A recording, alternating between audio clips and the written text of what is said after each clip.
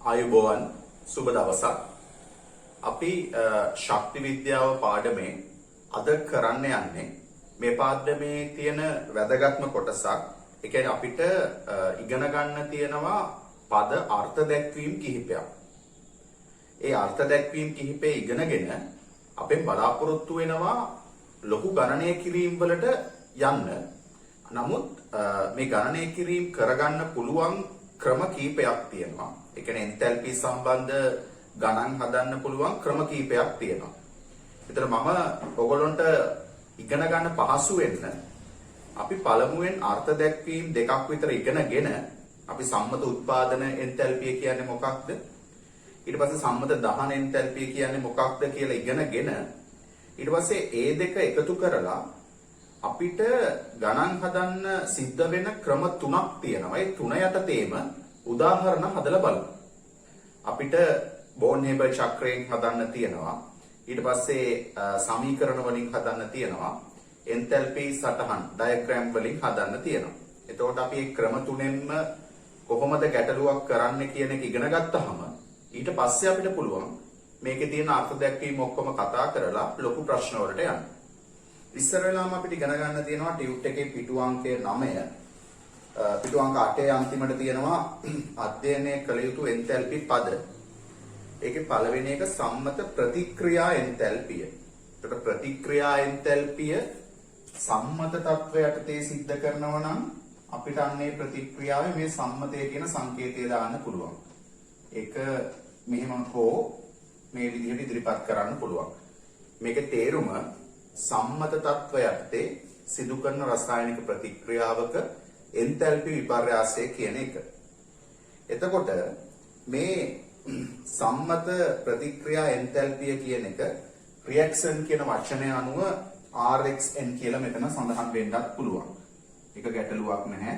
RxN කියලා තිබුණත් නැතත් ඩෙල්ටා H සම්මතය කියලා තියෙද්දි ඒක සම්මත ප්‍රතික්‍රියා එන්තැල්පිය කියලා හඳුන්වලා තියෙනවා නම් ඒ ප්‍රතික්‍රියාවට අදාළව සම්මත තත්ත්වයට තේදී ඇතිවන එන්තැල්පි විපර්යාසය තමයි ඒ කියන්නේ. අපි බලමු සම්මත උත්පාදන එන්තැල්පිය කියන්නේ මොකක්ද කියලා. සම්මත උත්පාදන එන්තැල්පිය. දැන් උත්පාදනය කියන වචනේම තියෙනවා ඉපදවීමක්. ඒ කියන්නේ අලුතෙන් නිර්මාණය කිරීමක්, හැදීමක් වගේ එකක්. එයා ගොඩනැගීමක් වගේ එකක් තමයි මේ උත්පාදනය කියලා කියන්නේ. ඒකට සම්මත උත්පාදන එන්තැල්පිය කිව්වොත් මෙතෙන්දි සලකන්නේ සම්මත තත්ත්ව කියන එක පැහැදිලි. සම්මත උත්පාදන එන්තැල්පිය.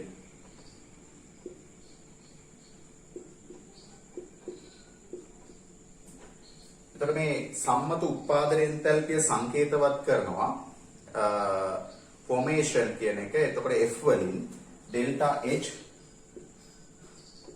සම්මතය F. ඔක තමයි සංකේතය සම්මත උත්පාදන එන්තැල්පිය. සම්මත උත්පාදන එන්තැල්පිය කියලා කියන්නේ සම්මත අවස්ථාවේ ඇති ද්‍රව්‍යයක මවුලයක්. සම්මත අවස්ථාවේ ඇති ද්‍රව්‍යයක මවුලයක් එයාගේ සමුද්දේශ ස්වරූපයෙන් ඇති එහි සංඝටිත මූලද්‍රව්‍ය වලින් උත්පාදනය වීමේදී සිදුවන එන්තැල්පි විපර්යාසයයි. ඒ කියන්නේ දැන් සම්මත තත්ත්වය යටතේදී තියෙන සංයෝගයක් අපි හිතමු ජලය ගැන. ජලය අපි දන්නවා සම්මත තත්ත්වය යටතේදී වඩාත්ම ස්ථායීව තියෙන ද්‍රව විදියට. එහෙනම් අපි සලකමු ද්‍රව ජලය. ද්‍රව ජලය. එතකොට මේ ද්‍රව ජලය මේ කියන විදිහට මෙයාගේ උත්පාදන එන්තැල්පිය නම් මෙයා මවුල එකක් නිපද වෙන්න ඕන සංඝටක වලින්. එතකොට මේක කියනවා සමුද්දේශ ස්වරූපයෙන් ඇති සංඝටිත මූලද්‍රව්‍ය වලින්. ඒ කියන්නේ මෙයාගේ මේ තියෙන සංඝටක සම්මත තත්ත්වය යටතේදී වඩාත්ම ස්ථායීව තියෙන විදිහෙන් තමයි අපි ගන්න. අපි දන්නවා හයිඩ්‍රජන් තියෙන H2 ගෑස් විදිහට. H2 ගෑස් විදිහට. ඒ වගේම ඔක්සිජන් තියෙන්නේ සම්මත තත්ත්වය යටතේදී වඩාත් ස්ථායීව තියෙන O2 ගෑස් විදිහට. අන්න එහෙනම් අපි සංඝටක විදිහට සලකන්නේ H2 සහ O2. එතකොට මේ උත්පාදන එන්තැල්පියේදී කියනවනේ මේ සංයෝගය මවුල එකක් උත්පාදනය වෙන්න ඕන කියලා. එතකොට මෙයා එකක් ලැබෙන විදිහට සමීකරණය මේ පැත්ත තුලිත වෙන්න ඕන. මෙතන හයිඩ්‍රජන් දෙකක් හින්දා මෙතන දෙකක් ඒක ගැලපෙනවා. මෙතන ඔක්සිජන් එකක් හින්දා මේක අපිට භාගයයි O2 කරන්න පුළුවන්. අන්න එතකොට මේ දැක්වෙන්නේ සම්මත උත්පාදන එන්තැල්පිය ජලයේ. එතකොට මේක අපිට ඉදිරිපත් කරන්න පුළුවන් ඩෙල්ටා H සම්මතය F H2O liquid. H2O liquid වල මේකේ අගය අපිට දීලා තියෙනවා ඍණ 285.8 කිලෝජූල් මවුලයට. ඍණ 285.8 ඒකකය කිලෝජූල් මවුලයට. ඔනෝක තමයි සම්මත උත්පාදන එන්තැල්පිය කියලා කියන්නේ. අපි මේකේ තවත් උදාහරණයක් බලන්න පුළුවන්. අපිට ෆෝමැල්ඩිහයිඩ් වල HCHO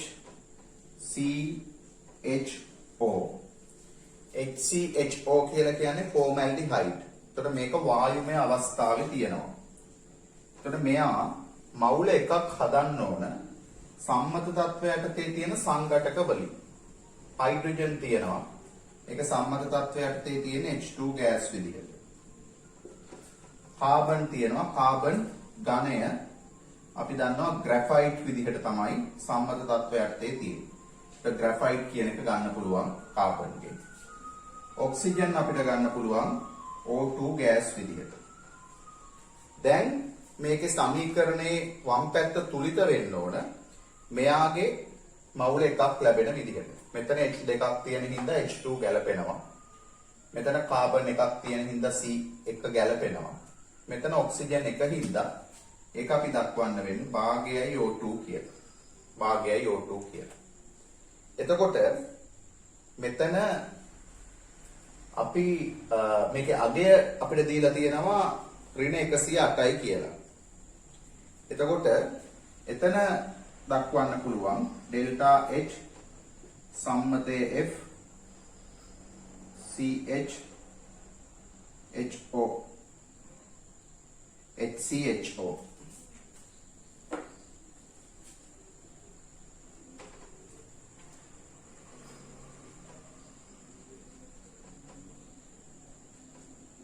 සමානයි මේකේ අගය ඍණ 108යි කිලෝජූල් මවුලයට.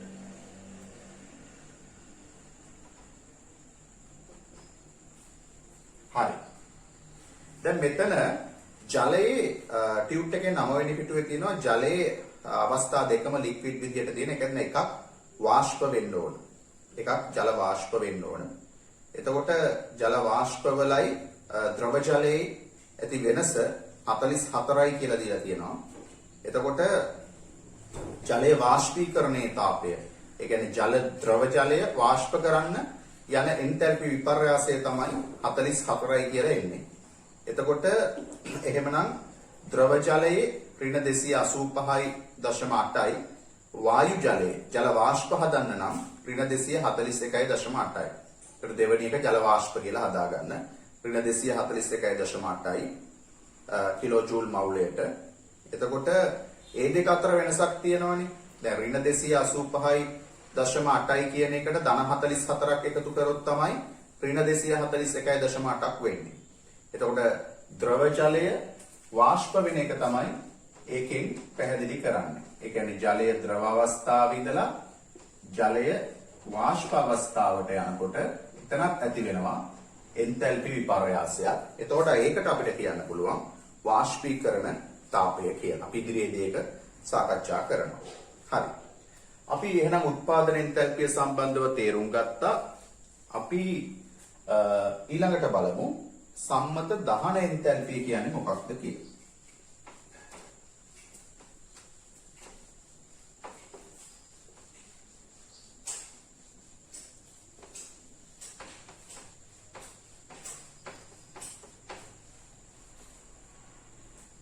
සම්මත දහන එන්තැල්පිය.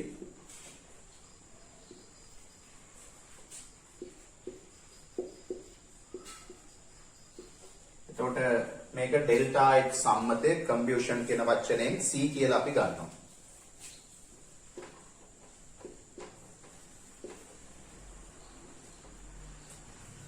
දැන් සම්මත දහන එන්තැල්පිය කිව්වහම දහනය වෙන්නේ මූලද්‍රව්‍යයක් වෙන්නත් පුළුවන් සංයෝගයක් වෙන්නත් පුළුවන්. හැබැයි මූලද්‍රව්‍යයක් වුණත් සංයෝගයක් වුණත් එයාගේ මවුලයක් දහනය වෙන්න ඕන. ඒතර දහනය වෙන්නේ ඔක්සිජන් එක්ක. දහන ඵල තුලිත වෙන්න ඕන. දහනය වෙන කෙනා ඒ සංයෝගය හරි මූලද්‍රව්‍ය හරි මවුල එකක් ලැබෙන විදිහට. උදාහරණයක් විදිහට කාබන් ඝනය දහනය වෙනව නම් O2 එක්ක. ඒතර දහන ඵල විදිහට ලැබෙනවා CO2 වායුව. ඒතර මේ පෙන්නලා තියෙන්නේ සම්මත දහන එන්තැල්පිය කාබන් වල. දැන් අපි හිතමු සංයෝගයක් දහනය වෙන අවස්ථාවක්. මේකේ අගය පෙන්නලා තියෙනවා කාබන් වල සම්මත දහන එන්තැල්පිය -393.5යි කියලා. මේක ඍණ යගයන් මතක තියාගන්න අවශ්‍ය නැහැ. අපිට විභාගෙදී දත්ත විදිහට දෙනවා. සමහර ලාවට හොයන්න දෙනවා. අනිත් ඒවා පදනම් කරගනිමින් ඒක හොයන්න පුළුවන්. ඒකට ඒක ඍණ 393.5යි කිලෝජූල් මවුලයට. තව දීලා තියෙනවා C3H8 ගෑස් එක. C3H8 ගෑස් කියන්නේ ප්‍රොපේන්. කාබන් 3 හින්දා ප්‍රොපේන්. ඒතර මෙයා ඔක්සිජන් එක දහනය වෙන්න ඕන. දහන ඵල විදිහට ලැබෙන්න ඕන. මෙයාගේ මවුල එකක් ලැබෙන විදිහට දහන ඵල අපි තුලිත කරන්න ඕන. දැන් කාබන් තියෙනවා නම් ඔක්සිජන් එක දහනය වුණාම අපි දන්නවා කාබන් ඩයොක්සයිඩ් වායුව ලැබෙනවා. ඒ වගේම හයිඩ්‍රජන් තියෙන හින්දා H2O ලැබෙනවා. එතකොට උෂ්ණත්වය 100ට වඩා වැඩි වුණොත් ජලය වාෂ්ප විදිහට තියෙනවා. අපි සම්මත උෂ්ණත්වය 25 වගේ වෙන තත්ත්වය වෙනකම් එක ගේනවා නම් ඒ තත්ත්වය සලකනවා නම් ජලයේ තියෙන ද්‍රවයක් විදිහට අපි දන්නවා සෙල්සියස් 25 දී අපි සලකන්නේ ජලයේ වැඩිපුරම ස්ථායී ද්‍රව අවස්ථාව කියලා. එතකොට මේක අපි තුලිත කරොත් මෙතන කාබන් 3ක් තින්දා. මෙතෙන්ට 3ක් දාන්න පුළුවන්. මෙතන හයිඩ්‍රජන් 8ක් හින්දා මෙතෙන්ට 4ක් දාන්න පුළුවන්. දැන් ඔක්සිජන් බලන්න 3 වරක් 2 6යි. 4 වරක් 1 4යි. 4යි 6යි 10යි. 10යි කියන්නේ 5යි O2. මේ විදිහට පෙන්නන්න පුළුවන්. එතකොට මෙතන අපිට ලියන්න පුළුවන් මේක delta H සම්මතය C දහනය C3H8 gas C3H8 gas වල සමානයි. ඒක අගය දීලා තිනවා ඍණ 2219.9.1යි. ඍණ 2219.9.1යි කිලෝජූල් මවුලයට. එහෙනම් අපි දැන් සම්මත උත්පාදන එන්තැල්පිය කියන්නේ මොකක්ද කියලා ඉගෙන ගත්තා. සම්මත දහන එන්තැල්පිය කියන්නේ මොකක්ද කියලා ඉගෙන ගත්තා.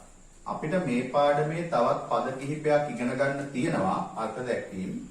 ඒ ටික ඉගෙන ගන්න කලින් අපි බලමු අපිට මේ එන්තැල්පි සම්බන්ධ ගණනය කිරීම කරන්න වෙන ක්‍රම තුනක් තියෙනවා. ගණන් හදන ක්‍රම තුනක්. ඒ ක්‍රම තුන යටතේ කොහොමද අපි ඒ ගණනය කිරීම කරන්නේ කියලා. මෙතන තියෙනවා උත්පාදන එන්තැල්පිය සහ දහන එන්තැල්පිය පදනම් කරගෙන ගැටලු විසඳීම. ගැටලු විසඳීමේ ක්‍රම තුනක් තියෙනවා කියලා තියෙනවා. එකක් තාප රසායනික චක්‍ර ඇසුරින්. අනිත් එක සමීකරණ විසඳීම ඇසුරින්. අනිත් එක එන්තැල්පි සටහන් ඇසුරින්. ඒකේ පළවෙනි එක තාප රසායනික චක්‍ර ඇසුරින් ගැටලු විසඳන විදිය. බලමු ඒකේ ගැටලුවක් තියෙනවා අපි කොහොමද ඒක විසඳගන්නේ කියලා. ඒ ගැටලුවේ අපිට දීලා තියෙනවා H2 වල සම්මත දහන එන්තැල්පිය, කාබන් වල සම්මත දහන එන්තැල්පිය, C2H6 එතෙන්හි සම්මත දහන එන්තැල්පිය අගයන් දීලා තියෙනවා. එතන මේ දත්ත උපයෝගී කරගෙන C2H6 හි සම්මත උත්පාදන එන්තැල්පිය තමයි ගණනය කරන්න කියන්නේ. ඒ කියන්නේ C2H6 කියන එකේ සම්මත උත්පාදන එන්තැල්පිය ගණනය කරන්න ඕන. C2H6 ගෑස් වල සම්මත උත්පාදන එන්තැල්පිය ගණනය කරන්න ඕන. දැන් මෙයාගේ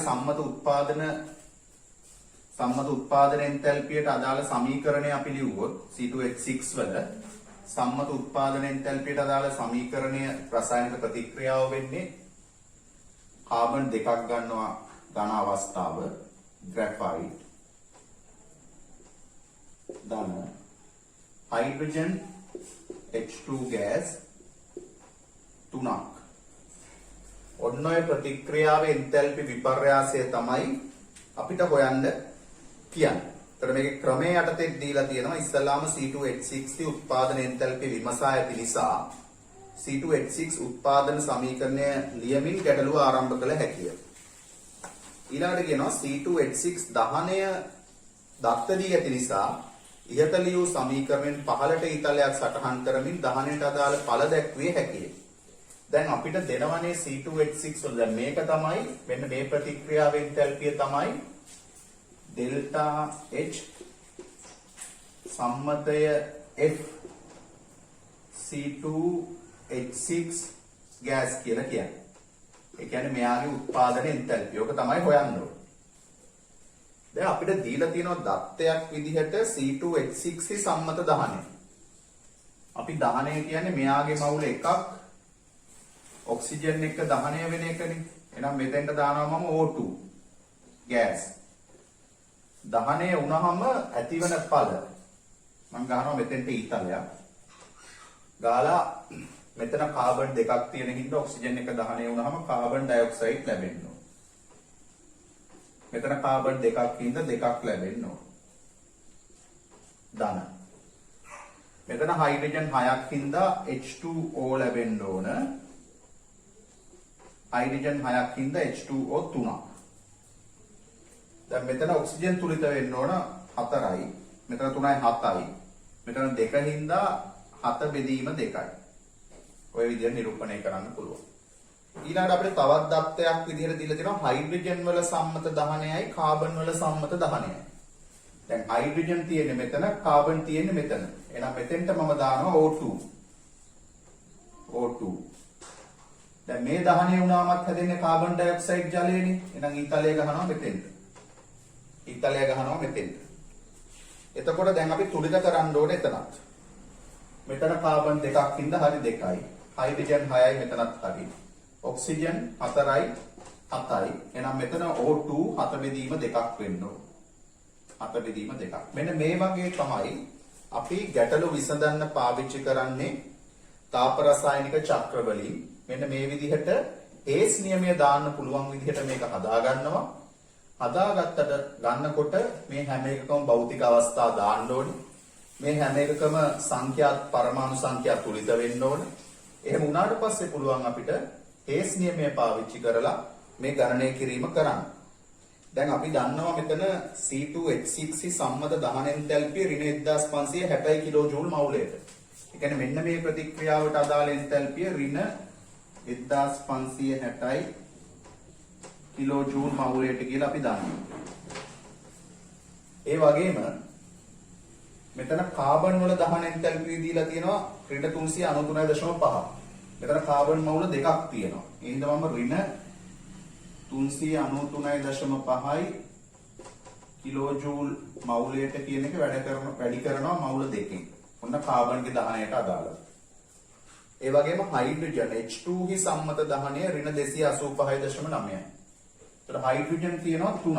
එහෙනම් මම මෙතන ඍණ 285.9යි කිලෝජූල් මවුලයට කියන එක වැඩි කරනවා 3යි මවුල වලින්. හරි. ඔන්න ඔය ටික තමයි දීපු දත්තය. දැන් අපිට හේස් නියමය දාගෙන මේක හොයාගන්න එක තමයි කරගන්න ඕනේ. දැන් හේස් නියමයෙන් අපි ඉගෙන ගත්තා ප්‍රතික්‍රියාවක් සිද්ධ කරන පියවර සංඛ්‍යාව මත එන්තැල්පි විපර්යාසය රඳා පවතින්නේ නැහැ කියලා. දැන් බලන්න මේක ඊතලවල දිශාව. මෙතන ඊ හිස තියෙන්නේ මෙහෙට. මෙතන හිස තියෙන්නේ මෙහෙට. මෙතන හිස තියෙන්නේ මෙහෙට. එහෙනම් අපිට තේරෙනවා මෙන්න ගමන් කරපු මාර්ගය. මෙහෙම ගිහින් තියනවා මෙතෙන්. එහෙනම් මෙතනින් මෙතෙන්ට ආවත් එකයි. මෙතනින් මෙතෙන්ට ගියත් එකයි. ඔන්න ඔය දෙක සම්බන්ධ කරන එක තමයි අපි හේස් නියමයෙන් කියන්නේ. එහෙනම් හේස් නියමය දැම්මහම මේ ගැටලුවට හේස් නියමයෙන්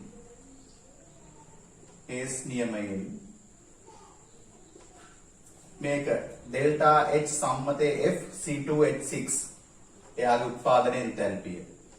ඩෙල්ටා H සම්මතය F C2H6 ගෑස් ධන මේ අගය ඍණ 1560යි.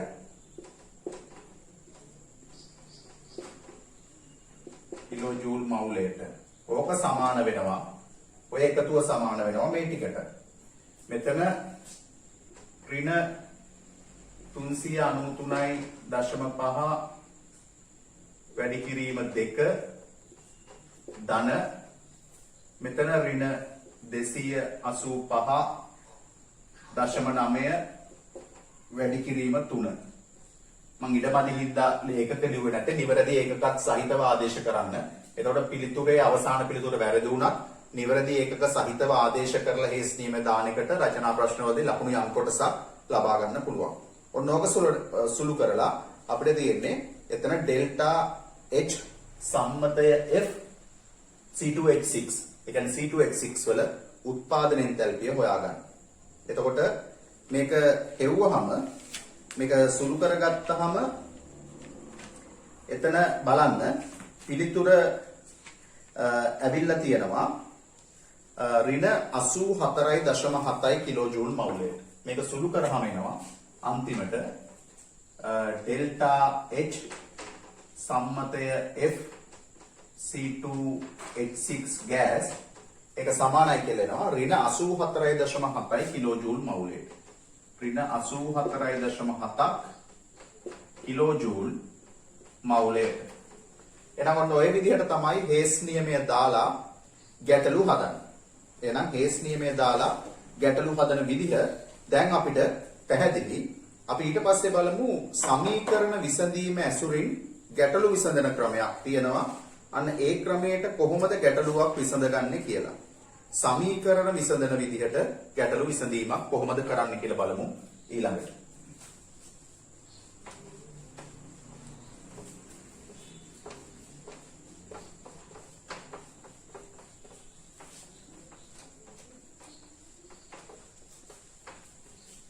අපි බලමු ඊළඟ ක්‍රමය සමීකරණ විසඳීම ඇසුරින් ගැටලු විසඳීම.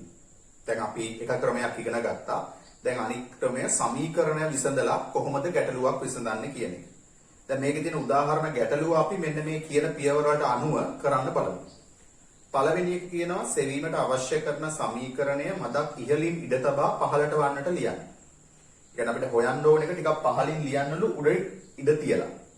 දැන් අපිට ගැටලුවක් දීලා තියෙනවා. ඒ ගැටලුවේ හොයන්න තියෙන එක අපි ලියමු එහෙනම්. ගැටලුවේ අන්තිමට අපිට හොයන්න තියෙන්නේ මෙන්න මේ W ඝනය ධන කාබන් ග්‍රැෆයිට් කියන එක පූර්ණ ඊතලයක් WC ඝනය මෙන්න මෙයාගේ ඩෙල්ටා H මේක තමයි අපිට හොයන්න තියෙන්නේ. දැන් මදක් ඉහළින් ඉඳ තියලා මේක ලියන්න කියපු හින්දා අපි එහෙම ලියාගත්තා. ඊළඟට කියනවා එම සමීකරණය සාදා ගැනීමට හැකිවනසේ දත්ත ලෙස සපයා ඇති එන්තැල්පි ඉඩ තැබූ ඉහළ ප්‍රදේශයේ සලකුණු කරන්න. දැන් අපිට දත්ත විදියට දීලා තියෙනවා 2W ධන 3I O2 2W O3 ඒකේ ඩෙල්ටා H ඍණ 1680යි. හරි. ඊළඟ C ධන O2 CO2 ඩෙල්ටා H ඍණ 393.5යි. ඊළඟ 2WC ධන 5I O2 2WO3 ධන 2CO2 ඩෙල්ටා H ඍණ 239.6යි කිලෝ ජූල්. දැන් මෙන්න මේක හොඳට මතක තියාගන්න. අපිට ඕකේ දීපු දත්ත දිහා අපි හරි සංයමයෙන් බලලා මෙන්න මේ අපේ අවසාන ඉලක්කය වෙන්නේ මෙන්න මෙයා හොයාගන්න එක. එතකොට මේක හොයාගන්න පහසු වෙන විදිහට අපිට අයිතිය තියෙනවා දීපු දත්තවල ඒ තියෙන සමීකරණය වැඩි කරන්න, එහෙම නැත්නම් බෙදන්න, එහෙම නැත්නම් දිශාව මාරු කරන්න. අපි දන්නවා ඊතලයේ මේ පැත්තට තියෙන එක ප්‍රතිඵල මෙහෙට දාලා ප්‍රතික්‍රියාවේ එහා පැත්තට දැම්මොත් ඊතලයේ දිශාව මාරු වෙනවා. එන්තැල්පියේ ලැබුණු අගය වෙනස් වෙන්නේ නැහැ. ඒක ධන නම් ඍණ වෙනවා, ඍණ නම් ධන වෙනවා. දැන් බලමු මේ ගැටලුවෙන් ඔක තේරුම් ගන්න. දැන් මේකේ W මේ පැත්තේ තියෙනවා, කාබන් මේ පැත්තේ තියෙනවා, මේ පැත්තේ WC තියෙනවා. එතකොට මේකේ අපිට මෙන්න මේ ගැටලු විසඳන නීති රීති ටිකක් දෙනවා. තුන්වෙනි එක දෙනවා අවශ්‍ය විට සමීකරණවල පැත්ත මාරු කළ හැකි අතර එවිට එන්තැල්පියේ ලකුණද මාරු වීම සිදු වේ. අන්න මම කියපු එක. ඊළඟට අවශ්‍ය විට සමීකරණයේ ගුණ කිරීම බෙදීම් සිදු කළ හැකි අතර එවිට අදාළ අගයන්ද එසේ සිදු කළ යුතුය. කියන්නේ සමීකරණ කියන පද දැන් දෙකෙන් බෙදනවා නම් W බෙදීම 2 C බෙදීම 2 WC බෙදීම 2 වෙනකොට මෙතන අගයත් දෙකෙන් බෙදෙනවා කියන එක. ඊට පස්සේ අනවශ්‍යව කපා හැරලා අදාළ ඉලක්කයට එන එක තමයි අවසානයේට අපි කරන්නේ.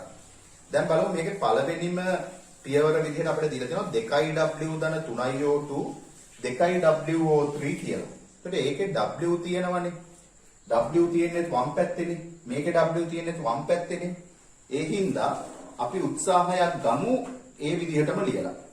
එහෙනම් මම මෙතන ලියනවා උඩින් 2W ධන 2W ධන 3IO2 භෞතික අවස්ථාව ඝන දෙන්න ඕන 3IO2 විතර ඝන දීලා තියෙනවා. ඒකට ඝන දීලා තියෙනවා. WO3 3IO2 ලැබෙනවා 2WO3 2WO3 හරි. එතකොට ඒකේ අගය අපි හිතමු එකක් ඝන අවස්ථාව දීලා තියෙනවා කියලා හදාගන්න එතන ඝන. ඒකේ දීලා තියෙනවා අගය ඍණ ඩෙල්ටා H ඍණ 1680යි කිලෝ ජූල්. හරි අපි ඒක ලියමු එහෙනම්. මේකේ ඩෙල්ටා H සමානයි ඍණ 1680යි කිලෝ ජූල්. හරි. ඊළඟ එක දීලා තියෙනවා C ධන O2 CO2 ඍණ 393.5 කිලෝ ජූල්. C ධන O2 CO2 කියලා දීලා තියෙනවා. දැන් හරි අපි ඒකත් ලියමු. ඒකේ C මෙතන තියෙන හින්දා ලියනවා C ධන O2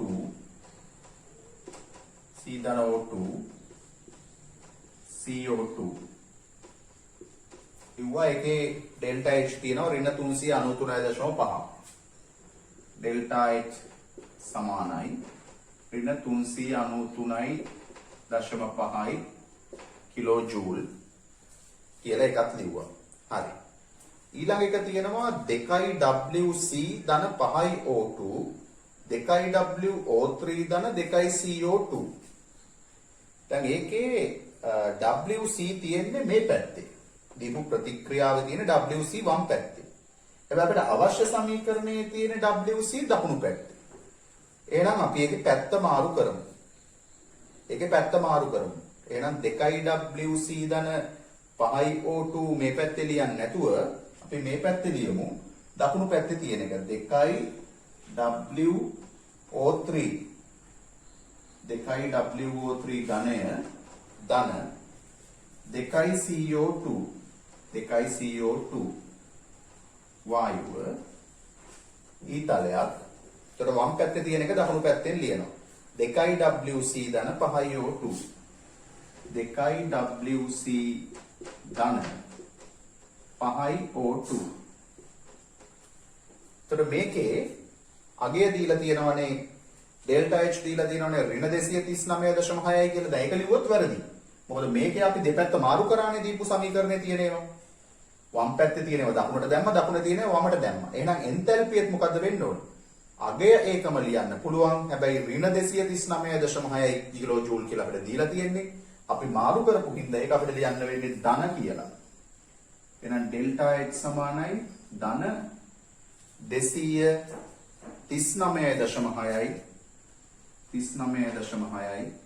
කිලෝ ජූල් කියලා ඒක ලියන්න පුළුවන්. හරි. දැන් පුළුවන් ද අපිට මේ තුන එකතු කරලා මෙන්න මේ අවශ්‍ය කරන එක ගොඩනගා ගන්න. නැත්නම් තවත් වෙනස් කිරීම් කරන්න ඕනද කියලා බලමු. දැන් මේකේ බැලුවහම මෙතන කාබන් ඩයොක්සයිඩ් දෙකක් තියෙනවා. මේකේ කාබන් ඩයොක්සයිඩ් කොහෙවත් නැහැ. මෙතන කාබන් ඩයොක්සයිඩ් එකක් තියෙනවා. කාබන් ඩයොක්සයිඩ් ටික කපලා දාන්න තිබුණා මෙතනත් දෙකක් තිබුණා. එහෙනම් අපිට පුළුවන් මේ සමීකරණය දෙකෙන් වැඩි කරන්න. දෙකෙන් වැඩි කරොත් කාබන් ඩයොක්සයිඩ් උත් දෙකක් වෙනවා. එහෙනම් මේ සම්පූර්ණ සමීකරණයම අපි දෙකෙන් වැඩි කරනවා.